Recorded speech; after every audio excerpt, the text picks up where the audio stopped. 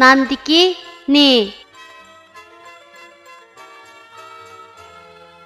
Bu harfning talaffuz qilinishi mundaq. Ne.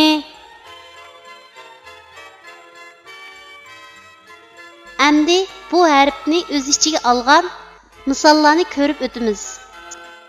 Nening beshidan ulindigan shakli. Misol nag'ra. Nening bosh va oyog'idan ulindigan shakli. Misol kipinak. Nening oyog'idan ulindigan shakli. Misol tiyin. Nening ayrim shakli. Misol qo'g'in.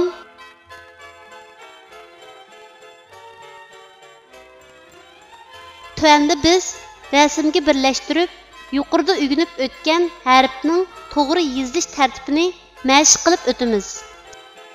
Nag'ra ni harfining beshidan ulinib keladigan shaklning yozilish tartibi.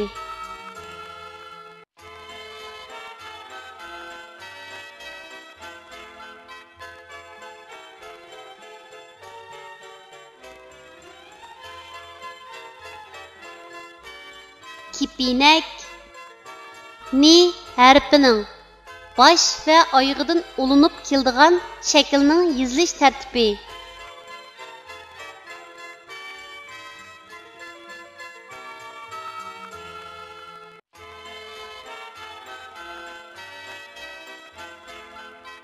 Tiyin ni harfining oyog'idan ulinib keladigan shaklning yozilish tartibi.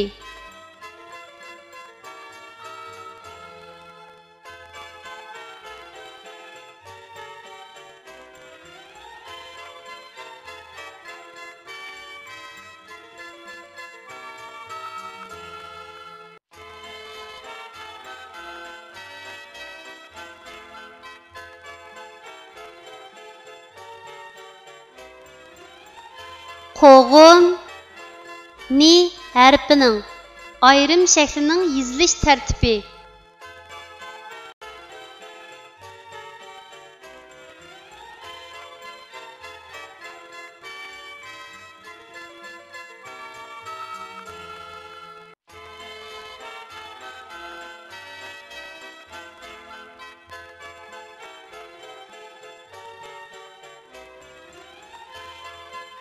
Kichik do'stlar, tuvandagi so'zlarni menga aytib o'qinglar.